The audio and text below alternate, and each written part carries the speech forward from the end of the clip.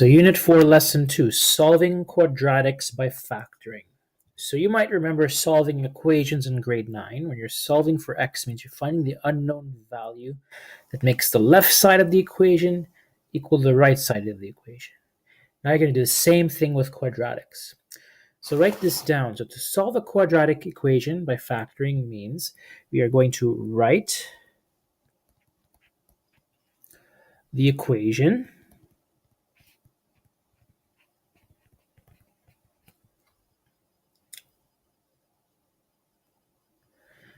in the form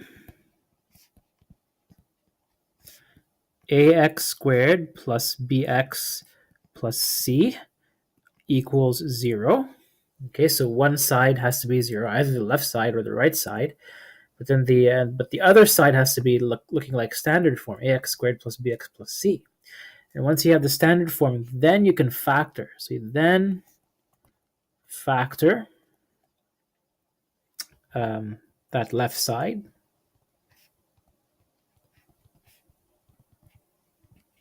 Okay. And then next, set each factor equal to 0. And solve for the unknown value x.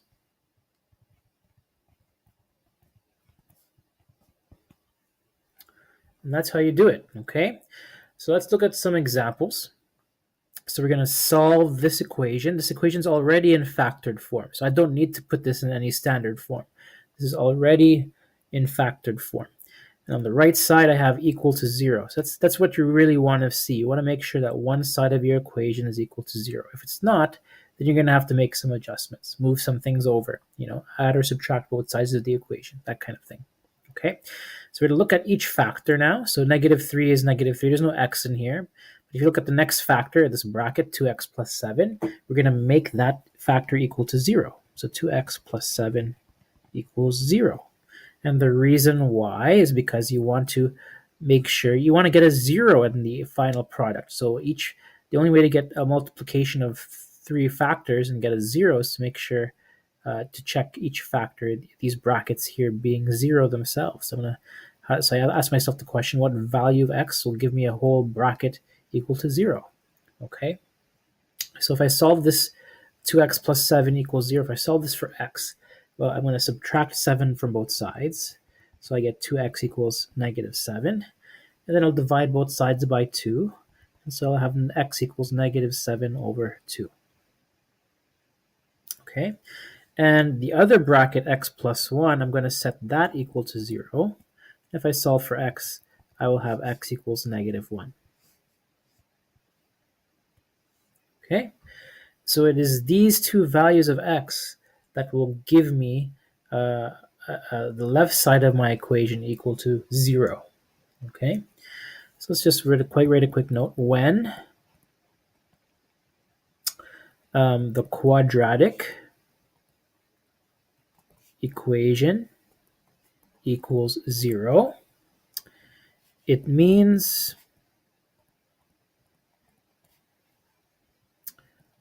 what are the values of x when y is 0? Okay, in other words, we're looking for an x-intercept. So here's our x-intercept. What is that value of x that makes the y value 0?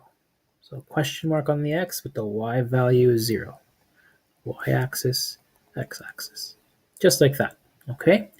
You can check your answer in Desmos. Just look for those x-intercepts. Okay, so here's example number 2.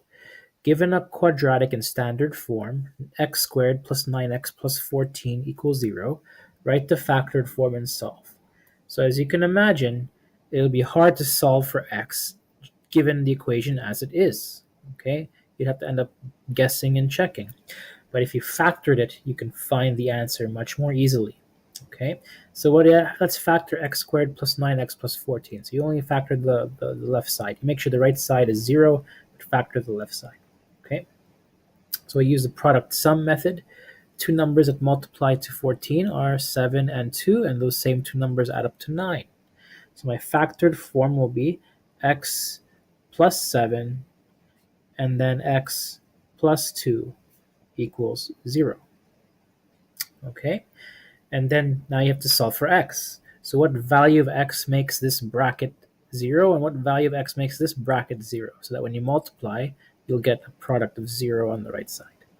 So you set the first bracket, x plus 7 equal to 0, and you solve for x. X equals negative 7. Set the second bracket equal to 0, so x plus 2 equals 0. Solve for x, you get x equals negative 2. And so your two solutions for x will be negative 7 and negative 2. Okay, that means if I put negative 7 in my equation, the left side will equal the right side. Both sides will end up being 0. The same thing if I put x equals negative 2, I will also get 0 equals 0. Okay, so these two values of x are the solutions to the equation. Okay, any other values of x will not give you a 0 on the left. Okay, so that's how you can tell. Okay, so here's another equation. Example 3, 2x squared plus 5x equals 0. So we're going to solve this equation by factoring. So we're going to factor out an x. That's the common factor. So common factor is x. And so we factor out an x. So x.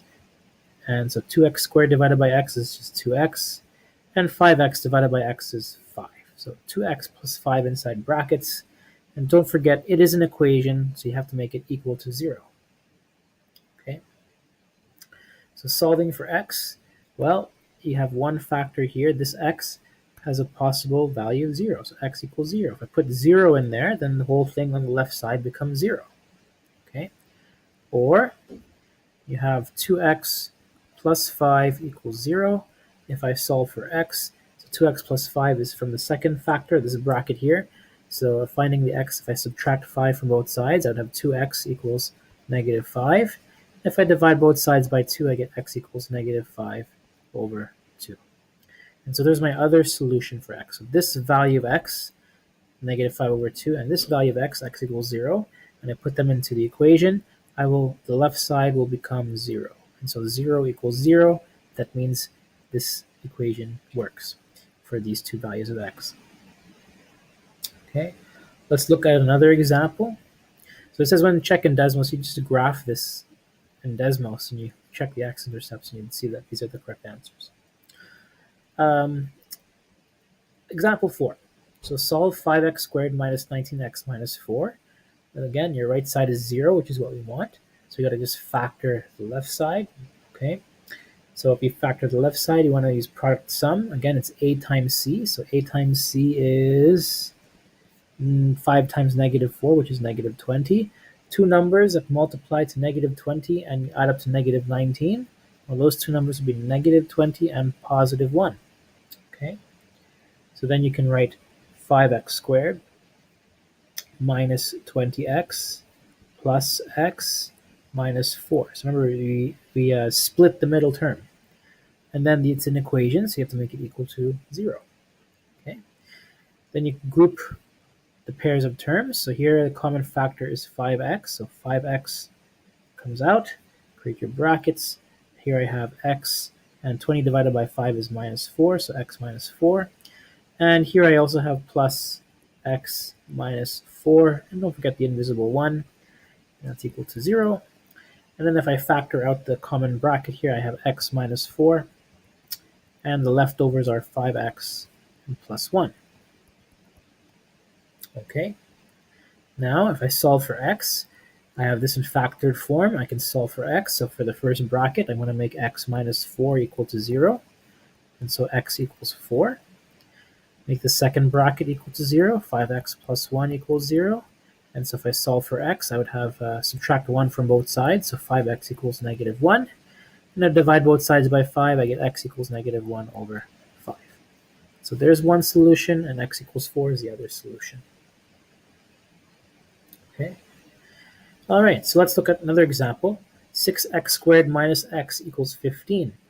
Oh, there is no 0 this time. So this time you have to rearrange, because you can't solve the equation until one side is equal to 0. So rearrange the equation. We're going to subtract 15 from both sides. So this we're going to get 6x squared minus x minus 15. And if we subtract 15 on the right side, 15 minus 15 is 0. Okay, so now our equation is equal to 0. Okay, and I can factor the left side because I have a nice trinomial here. Okay, and so if I do 6 times 15, so a times c is equal to 6 times 15, which is 90. Okay, negative 15, so it's negative 90. I should make that quick change here. So 6 times negative 15 is negative 90. Two numbers that multiply to give you negative 90 and add up to what? Well, remember there's an invisible 1 here, so you could say minus 1x. So that add up to negative 1. Well, those two numbers are going to be negative 10 and positive 9. So I can rewrite this as 6x squared minus 10x plus 9x minus 15 equals 0. And if I common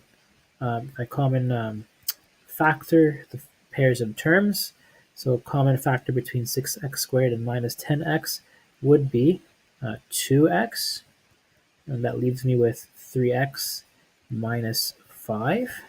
And for the second one, the common factor is 3, so I'll write plus 3. And so 9x divided by 3 is 3x, and 15 divided by 3 is minus 5. And now you see I have a common brackets here, so 3x minus 5 is something I will factor out. And the leftovers are 2x and plus 3. Okay, and there's my factored form. Now I can solve for x by taking each bracket and setting each bracket equal to 0. So 3x minus 5 equals 0. If I solve for x, I will have 3x equals positive 5 on the right. And dividing both sides by 3, I'll get x equals 5 over 3. For the other bracket, 2x plus 3, I'm going to make that equal to 0. Solving for x, I'm going to have 2x equals negative 3 if I subtract 3 from both sides. And then divide both sides by 2, so x equals negative 3 over 2. So there's one solution, negative 3 over 2, and the other one is 5 over 3. And you should always keep your solutions as much as possible in fractions. Do not convert them into decimals. Okay. Another example. Solve negative 12x squared minus 9x plus 30 equals 0. So first, again, before you factor using product sum, check for a common factor. So we're going to write here common factor first. Okay, so there's a common factor of negative 3. I can divide everything by negative 3. So common factor out of negative 3. Negative 12x squared divided by negative 3 is positive 4x squared. Negative 9 divided by negative 3 is positive 3x. 30 divided by negative 3 is minus 10. And then your right side is equal to 0. Then you have to factor what you have inside. So 4x squared plus 3x minus 10 is a complex trinomial. So a is 4, c is negative 10. So a times c is negative 40. What two numbers will multiply to give me negative 40 and add up to my b term, which is positive 3. So b is right here, positive 3. So it turns out those two numbers will be positive 8 and negative 5. Okay, so I can rewrite the equation as 4x squared plus 8x minus 5x minus 10, and that's equal to 0. Then you're going to group your terms and factor. So negative 3, let's use some square brackets. A common factor between 4x squared and 8x is 4x. So 4x times bracket x plus 2, because 8x divided by 4x is 2. And then the common factor between negative 5x and negative 10 is negative 5. So I'll say minus 5. And so here I'll have x, and negative 10 divided by negative 5 is plus 2, so x plus 2. And that's equal to 0. The common factor now is the groups x plus 2 and x plus 2. So we're going to common factor out of x plus 2 like this, and write down the leftovers. We have leftovers of 4x and minus 5, and that's equal to 0. And now we have our factored form. And from our factored form, we can solve for the unknown for the x value. So to get the right-hand side to be 0, I have to make each bracket equal to 0, so x plus 2 equals 0. And from that, x is going to be negative 2 as one possible solution. And the other bracket, 4x minus 5, that's going to be set to equal to 0. And I'm going to solve for x, so 4x equals, add 5 to both sides, so 4x equals positive 5. And then divide both sides by 4, so 5 over 4 is my other solution. Okay, so x equals negative 2 and x equals 5 over 4 are my solutions to the equation. Okay, example number 7. Solve 16x squared minus 8x plus 1, then check in Desmos. So you might remember perfect square trinomials.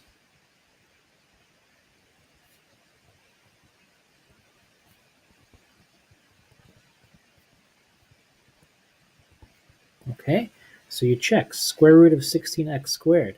Well, that's 4x. Perfect. It's a perfect square. Square root of 1 is 1. That's also a perfect square. And the middle term, if you remember, the middle term should look like 2 times a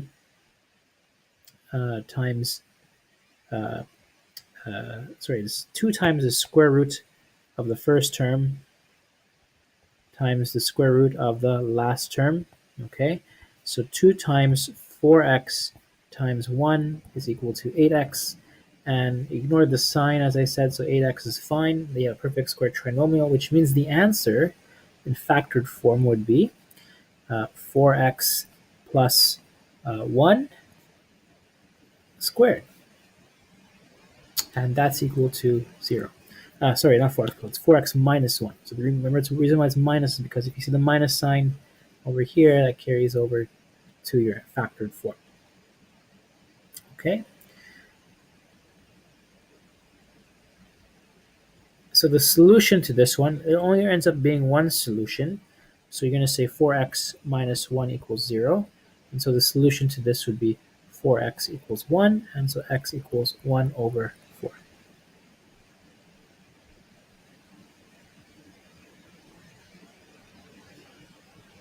Okay. And if you're really not super sure, you can check in Desmos. So if we go to Desmos,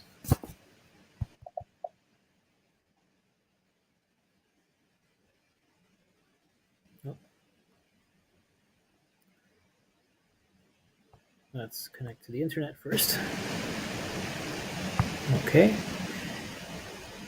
And we can graph this. So here we have 16x squared minus 8x